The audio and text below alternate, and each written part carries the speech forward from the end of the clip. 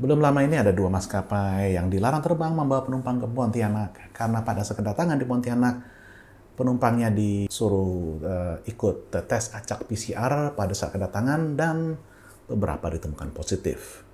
Karena itu, Batik Air dan Air Asia diberi sanksi untuk tidak boleh membawa penumpang ke Pontianak. Kalau nggak salah kurang lebih selama 10 hari. Kok bisa?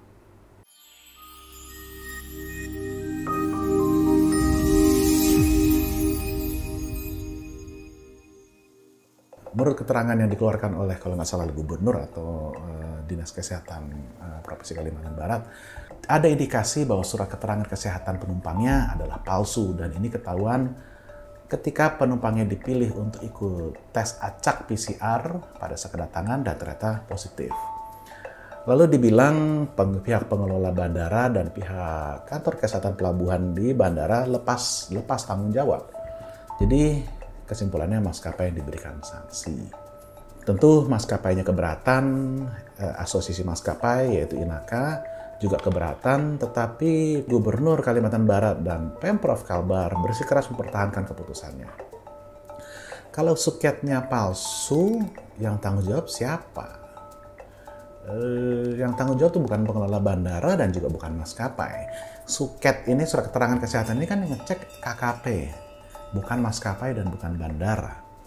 Lalu dinyatakan ada koordinasi yang sudah dilakukan dengan KKP dan AP2 dan AP2, cuman dibilang kesannya lepas tangan. Ya, oke.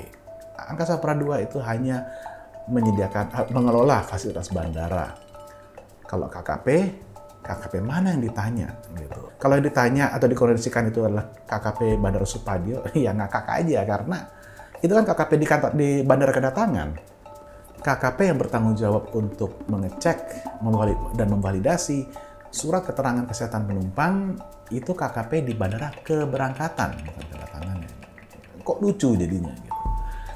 Dan sekarang Gubernur Kalimantan Barat meminta agar semua penumpang yang pergi ke Kalimantan Barat sudah membawa surat keterangan hasil tes PCR yang negatif. Oke, apakah itu jaminan? Mengingat setelah testing itu ada jeda waktunya sebelum keberangkatan. Jadi bisa saja penumpang sudah tertular pada saat dites, tapi viral load-nya, jumlah virusnya, masih di bawah threshold pendeteksian. Atau setelah dia testing, penumpangnya tertular. Dan mereka begitu datang di Pontianak, baru viral load-nya itu di atas threshold pendeteksian di hari keberangkatan tersebut. Terus kalau itu terjadi, diketemukan di random check, yang mau disalahin airline lagi gitu. Nah, lucu kan? Oke lah, pemerintah Kalimantan Barat mau memberikan perlindungan tambahan buat Kalimantan Barat itu oke banget sebenarnya.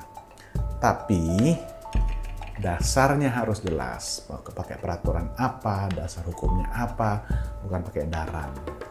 Dan kalau nyalain airline karena ngangkut penumpang yang setelah tiba di tujuan baru ketahuan positif, itu sangat lucu gitu. Karena, coba kita lihat perumpamaannya ya. Anda makan di restoran, pesan makanannya melalui pelayan kan. Ya. Ketika makanan tiba, terus Anda nyicipin, ternyata dagingnya busuk gitu. Terus, kalau dalam kasus ini, siapa yang layak diberikan sanksi atau dituntut ganti rugi atau kita laporkan buat ke polisi untuk tindak pidana? Pelayannya kah? Kokinya kah? Atau pemilik restoran? Wajar nggak kalau pelayannya yang kita laporkan ke polisi untuk tindak pidana? Apakah si pelayan tersebut bertanggung jawab dagingnya itu busuk atau lain dikonsumsi sebelum dimasak? Gitu. Enggak lah, itu kan tanggung jawab si koki gitu.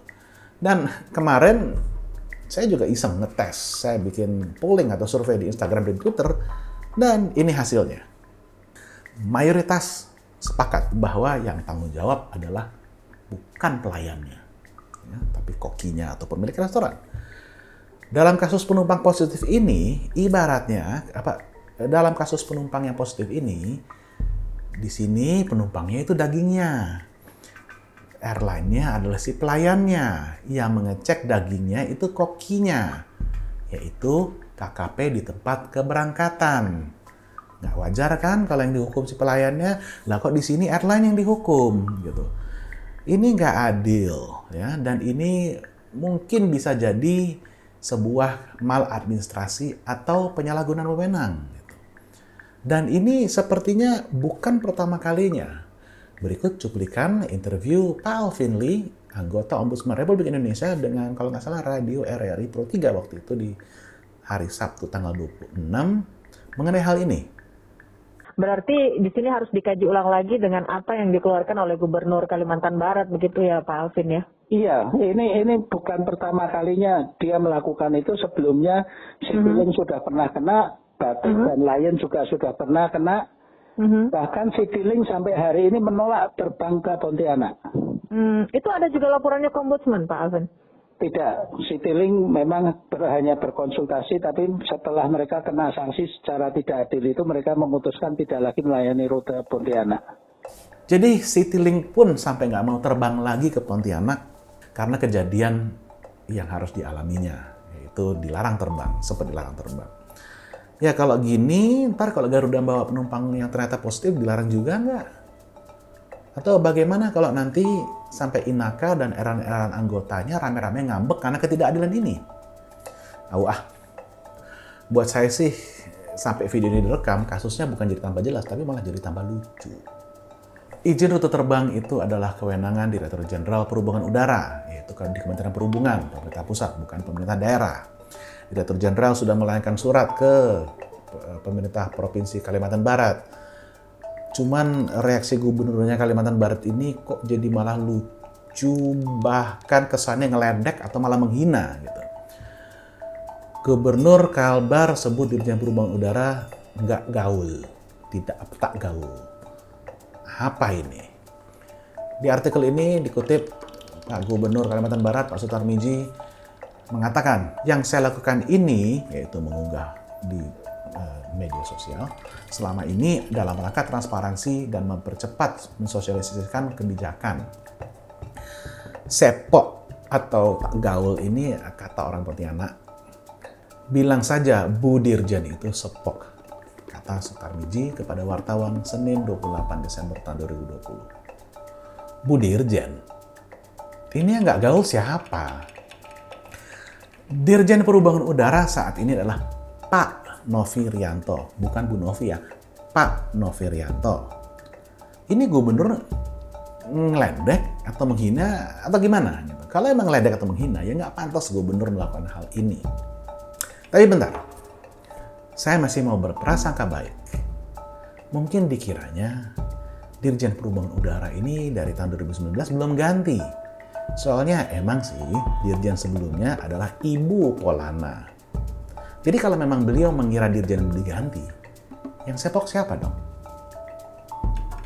Ya, semoga kasus yang aneh bin lucu ini bisa diselesaikan dengan semestinya agar penumpang, pelaku usaha, pengelola bandara, dan juga pihak KKP mendapatkan keadilan yang selayaknya. Bentar, yang tanggung jawab kan misalnya kan KKP di keberangkatan. Kenapa saya bilang KKP? KKP yang di bandara kedatangan, karena dikoordinasikan terus dibilang lepas tangan. Jadi kesannya kayak KKP di Bandara Supadio nggak peduli. No, that is not the case ya. Ini saya lihat ini kekacauan yang harus diluruskan. Ya, we'll see how it goes. Cuman buat saya reaksinya dari Pak Gubernur Kalimantan Barat agak lucu aja gitu, Bu Dirjen. Ya, yang nggak gaul siapa sekarang jadinya. Oke, sekian dulu dan semoga video ini berguna, bisa menghibur dan menambah wawasan kita mengenai penerbangan. Dan as usual, stay safe, stay masked, and until next time, take care and fly safe.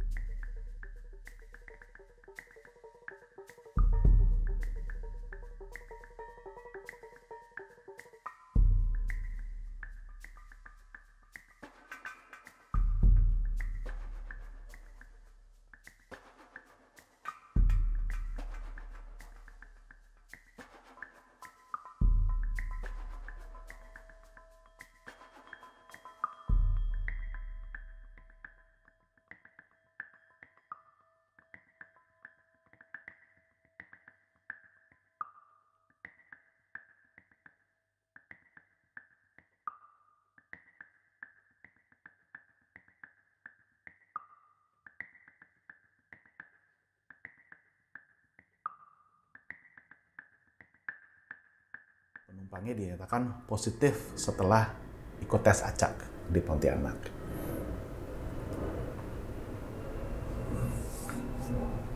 Lewat dulu pesawatnya.